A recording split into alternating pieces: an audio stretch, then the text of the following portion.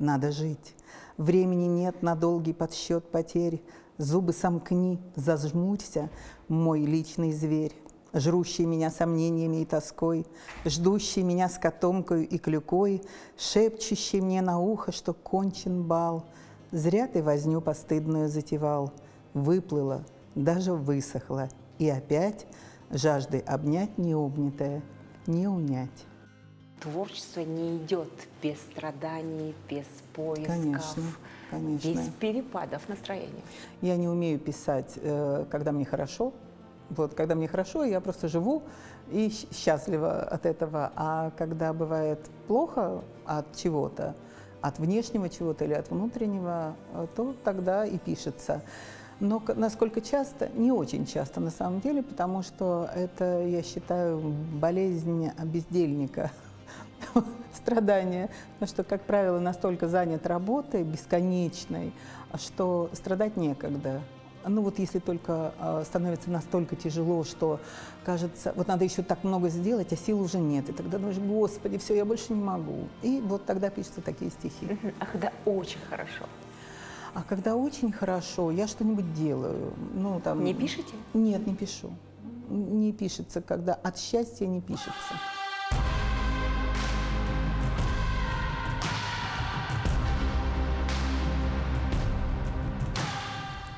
Елена Овчарова, кандидат педагогических наук, отличник образования Республики Саха-Якутия, член Союза писателей России.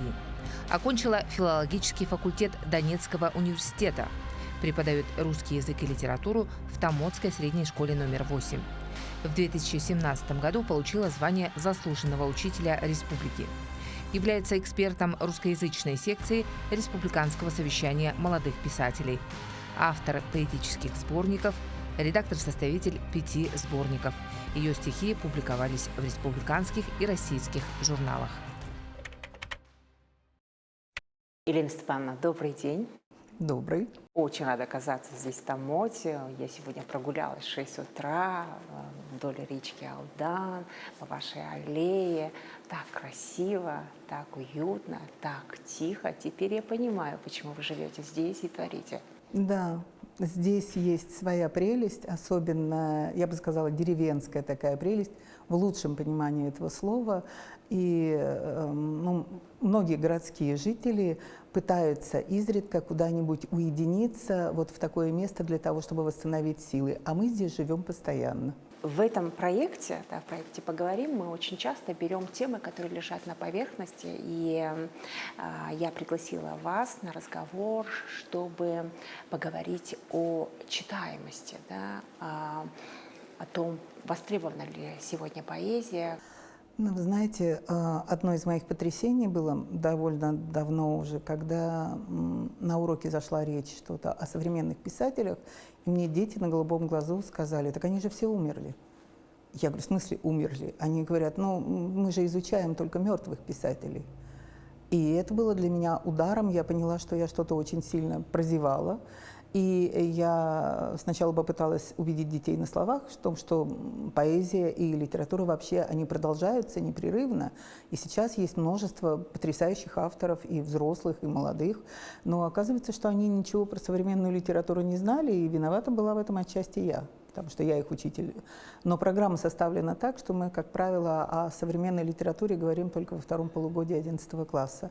И тогда я поняла, что с этим надо что-то делать. Я помню, даже мы выступали с Натальей Ивановной Харлампьевой, были перед главой, говорили о проблемах чтения. И я говорила как раз о том, что нам нужны экспедиции живых писателей по районам для того, чтобы молодежь видела, что литературный процесс не прервался, не остановился. И потом я поняла, что под лежачий камень вода не течет, и надо что-то делать, надо место встречи организовывать. Оно само так не случится, встреча детей с современной литературой. Поэтому вот отчасти была задумана поэтическая площадка на фестивале «Берег дружбы». Туда приезжали ребята молодые, активные, талантливые, известные практически всему миру. И их было приятно и интересно слушать молодежи. И они поняли, что вот, это живет. И, кроме того, наши литературно-музыкальные композиции, которые мы готовили, в том числе по стихам современных поэтов, в том числе у меня был проект по сетературе, и они обнаружили, что очень много из того, что написано в сети, то, что они даже не могли видеть, потому что не знали, куда смотреть. Там много и лишнего, конечно, много низкокачественного расположено в сети. Но когда они увидели вот эти стихи, услышали их, когда они сами прочли, они плакали на сцене, читая эти стихи, и в зале люди тоже плакали, проникаясь тем, о чем там говорится. И вот только так можно воспитать читающих людей. Им должно быть интересно, им должно быть это близко. Пробудить интерес. Да, им, безусловно, что мы должны уходить на их территорию сначала. Мы должны знать, что они читают, что они любят, что им интересно. Потому что они тоже читают. Но они читают фэнтези, они читают какие-то свои псевдо, может, исторические книжки. Главное, что они читают. Но зайти к ним на территорию, поинтересоваться у них, что для них важно, а потом потихонечку повести их за собой на нашу территорию. И тогда оказывается, что мы взаимообогащаемся в этом процессе, и дети не из-под палки читают. Проложить вот этот мост доверия сперва, да. Поисследовать, поинтересоваться. Конечно. Да, и потом уже, да. А если только их поучать и упрекать их, что они не читают классику, они не любят то, что должны любить, так ничего не получится. Нужно увлекать их за собой, но для этого сначала нужно стать для них своим, понимающим. У вас прекрасные стихи, и хотелось бы узнать, когда вы начали интересоваться поэзией? Все девушки в подростковом возрасте, в молодости, все хотят писать стихи, это первая любовь, да, первые эмоции. А дальше, когда вы приняли серьезный шаг заняться поэзией? Это было очень забавно, потому что я помню одно из своих стихов детских, одно и ужасное, я его очень редко цитирую когда-нибудь, потому что это действительно очень смешно. Это было очень пафосно, это было совершенно не про первую любовь, это было вообще про Анжелу Дэвис, да, которую мучает в застенке. Но это очень забавно. А тогда осваивалась чистая техника стихосложения в этот период. Потом какое-то время, когда я поступила на филологический факультет, в университете, я увидела перед собой множество состоявшихся поэтов среди моих однокурсников и поняла, что нет, вот то, что я писала тогда про Анжелу Дэвис, это никуда не годится, поэтому на какое-то время я перестала писать, но мне ни о чем было неинтересно. Это был страх, это было признание, что пока несовершенно. Я перфекционистка по жизни, вот сколько себя помню, и я понимала, насколько это плохо. И плодить плохое совсем не хотелось.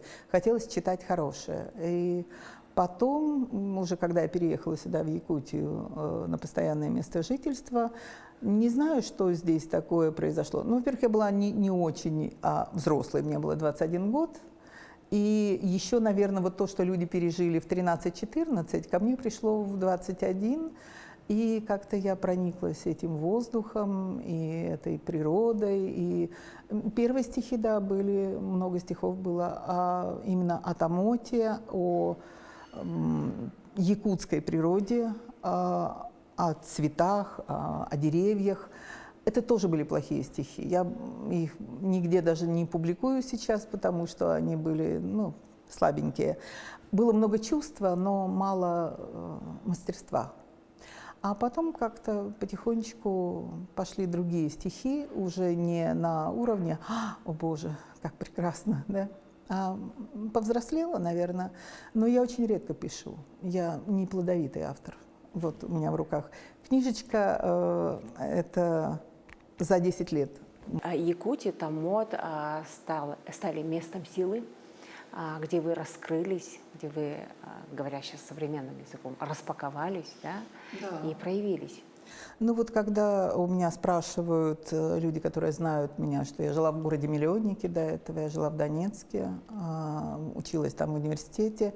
И, конечно, когда я приехала сюда, я изумилась тому, что здесь было для меня очень много было странного, очень много непривычного. Мои родители жили в доме, где нужно было печь топить первое время, и я этого не умела, естественно, пришлось этому научиться.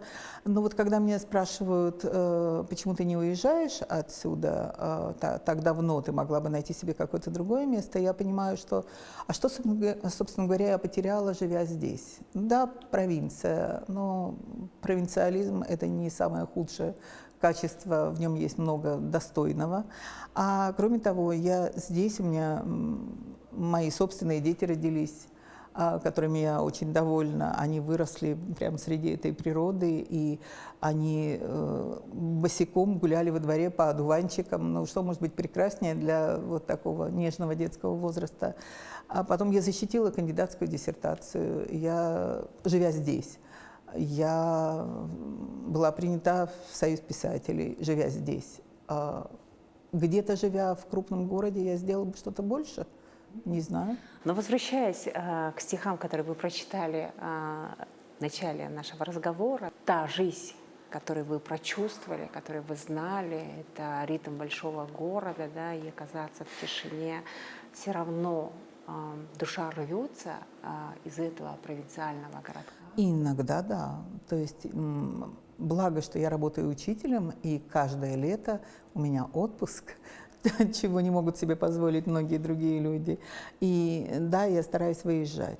Обязательно выезжать для того, чтобы подпитываться. То есть Калининград, Балтийское море – это восторг. Да? Я там в восторге, мне там прекрасно. И я с удовольствием возвращаюсь сюда, мне здесь тоже хорошо. Я выезжаю в Красноярск, в Новосибирск, и там мне тоже замечательно. Я была на Алтае и поняла, что очень много похожего на Алтае и у нас. И да, но здесь мой дом. И я сюда возвращаюсь с удовольствием. В предварительной беседе вы очень так тепло рассказали о любви к Якутии, о том, что действительно вот да, сперва как бы было непривычно, по-другому, но сейчас не можете представить свою жизнь без людей, которые вас окружают, и вот тот самый культурный код, который вы поняли и принимаете, и где вы раскрываетесь и приобщаете людей, детей к прекрасному, к поэзии. Да, мы живем в русскоязычном районе, но и здесь традиции народные соблюдаются очень многие. Вот Исаак, который у нас был в 2018 году, потрясающий. Многие говорили о том, что он необыкновенный, потому что слились множество культур вот в этом одном празднике, вроде бы в якутском празднике, да, но сумели туда влиться как органические элементы все остальные народы, проживающие здесь. И я часто выезжаю в Якутск, я люблю Якутск, люблю людей, с которыми меня свела судьба. И я понимаю, что мне очень нравится в Якутии то, что вот такая самобытность и в костюмах, и в музыке, и в поэзии, она хранится бережно. И вот многим народам другим, наверное, можно было бы задуматься о том, вот чтобы так относиться к своей культуре, к своему культурному и историческому наследию. И, скажем, в прошлом году у нас было такое замечательное событие. Впервые лет за 25, наверное, приезжала делегация Союза писателей в Алданский район. Прям целенаправленный такой был литературный десант. И, в частности, они посетили город Томот, и приезжали они для того, чтобы встретиться с моими ребятами, вот литературное объединение «Перекресток». И мы поняли, что просто так приветствовать гостей – это одно дело, там, напоить их чаем, да, и расспросить их о том, как они пережили дорогу – это одно дело. Мы решили сделать для них встречу такую серьезную и подготовили литературно-музыкальную композицию по стихам Семена Данилова. Специально сшили костюмы для этого, да, и я посмотрела на своих детей, они сами удивились тому, как многое в стихах взрослого очень и уже ушедшего из жизни поэта, как много их зацепило и оказалось им близким. И, в общем-то, мне кажется, что в этом есть что-то такое особенное, сокровенное, чего лишены многие люди, живущие в больших шумных городах на Западе. Меня больше всего поразило, я помню, когда я сюда приехала, вот совсем первый мой приезд был, мы ехали на машине из Якутска в Томот, и вы догадываетесь, какая дорога была тогда. Это было очень давно уже. Дорога ужасная. Я поразилась тому, как часто мы останавливались на дороге, когда видели просто стоящую на обочине машину. Я сначала не понимала, зачем. Для того, чтобы спросить, ничего не сломалось, не нужна ли помощь, да? И я поняла, что это северные люди, они особенные.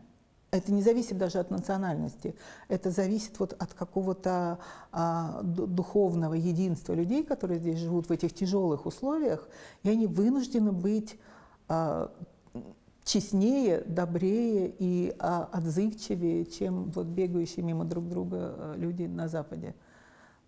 Здесь есть какая-то особенная чистота человеческая, которая меня очень привлекает. Здорово, очень приятно слышать такие слова. Вы упомянули объединение «Перекресток», куда ходят активные, любящие читать, творить люди, не только взрослые, но и дети. Также сказали, что не только талантов принимаете, но и всех желающих, да, кто хочет слушать, пытаться писать. Здесь что важно?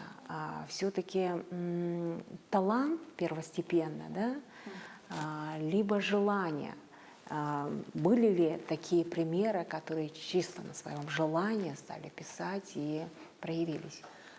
Писать сложнее, конечно, потому что можно научить чисто технически, как писать. А вот если нет желания работать со словом, то, конечно, здесь ничего хорошего не получится до тех пор, пока человек сам не захочет, пока он не накопит в себе. Все равно же человек пишет изнутри. И если у него накопилось то, что он не может не высказать, не может не поделиться с людьми, тогда его этому не научишь и не заставишь. Тут как бы без вариантов. А вот что касается нашего литобъединения в данный момент, оно больше такое пропагандирующее хорошую литературу, чем создающее. И они тоже творцы, мои ребята, но несколько в другом направлении. Мы выбираем с ними, или я им предлагаю, или мы выбираем с ними каких-то авторов по творчеству, которых мы делаем литературно-музыкальную композицию, иногда даже с танцами, с музыкальными номерами. И я иногда, когда мне не хватает людей для реализации именно этого проекта, вот в последнем проекте мне очень нужны были парни, потому что он был такой серьезный, военный проект, и девочки-пятиклассницы, конечно, там не смотрелись бы. Поэтому мне пришлось оглянуться вокруг себя и поискать парней. Очень многие парни, как вы понимаете, занимаются спортом, у них какие-то другие интересы, и они никогда даже не думали о том, чтобы читать стихи. И вот тогда мне приходится работать, просто уговаривать, что-то обещать, каким-то образом мобилизовать людей. И причем я им всегда говорю, если у тебя не будет получаться, я никогда не выставлю тебя на позор. Если не будет получаться, я все скажу, нет, ты свободен. Кроме того, когда мы закончим наш проект, ты можешь сказать, все, я больше в этом не участвую. И я никогда, ни упрека никакого не будет, ничего.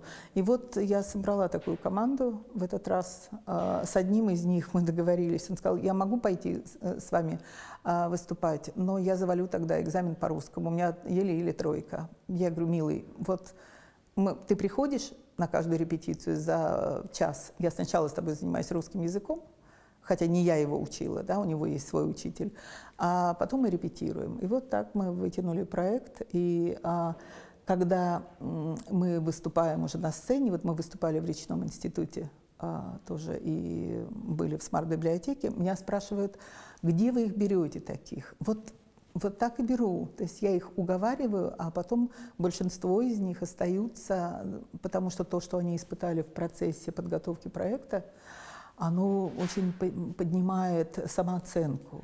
А человеку уже нужна поддержка другого человека, вера в него. И, наверное, вы и есть тот человек, который верит даже в то, что он изначально, как ему кажется, не верит и не получится. То есть они сами не верят, они сами не знают. И вот один из моих новобранцев в этом году, он мне еще в августе, перед началом учебного года, он мне помогал в организации 1 сентября. Я его не учила тоже, он 9-классник. И он мне говорит: Елена Степановна, что хотите, для вас сделаю, да, вот все, я буду вам... Только не стихи читать, ладно? Ну и в результате он в Якутск со мной съездил, да, и попросил еще стихотворение сольное для того, чтобы было. Потому что это ситуация успеха. Когда ты стоишь на сцене, 22 твоих коллеги, вы в костюмах, там музыка, замечательные стихи, и когда в зале на тебя смотрят, зритель все равно смотрит немножечко снизу вверх на артиста, и когда ты чувствуешь вот эту мощь от того, что ты в составе вот этого коллектива, они очень подружились сейчас, вот все участники этой поездки, и у них прямо они друг друга называют братьями и сестрами. Вот. И у них... Уже семья. Это уже семья, да. Она разновозрастная, у меня там от 5-классника до 11-классницы. И они заходят в школу, теперь уже ищут глазами своих, и им даже в этом смысле им легче. Они какие-то праздники вместе отмечают сейчас. А они не знали друг друга до того момента, не дружили, пока не пришли в объединение. А в чем ваша миссия? Вы очень много тратите времени, ресурсов на вот именно общественные дела, сами ходите, говоря простым языком, упрашиваете, идите ко мне в клуб, да, я вас научу читать стихи. Знаете, я когда-то, это, наверное, не я придумала, конечно, когда-то я прочитала одну очень интересную фразу китайского философа: чем всю жизнь жаловаться на темноту, лучше зажечь одну свечу. Одна свеча, она маленькая, ничего не решает вроде бы, но если вокруг тебя собираются люди, у каждого из которого по такой свече, тьма отступает. И еще многие мудрые люди человечества говорили о том, что мир такой, каков ты изнутри. То есть глупый живет в глупом мире, злой живет в злом мире, умный живет в умном мире. И для того, чтобы организовать себе тот мир, который я хочу вокруг себя видеть, мы же не можем переделать всех людей, да? Но мы можем собрать вокруг себя таких людей, среди которых нам будет очень уютно. Это вот такой вот микрокосмос.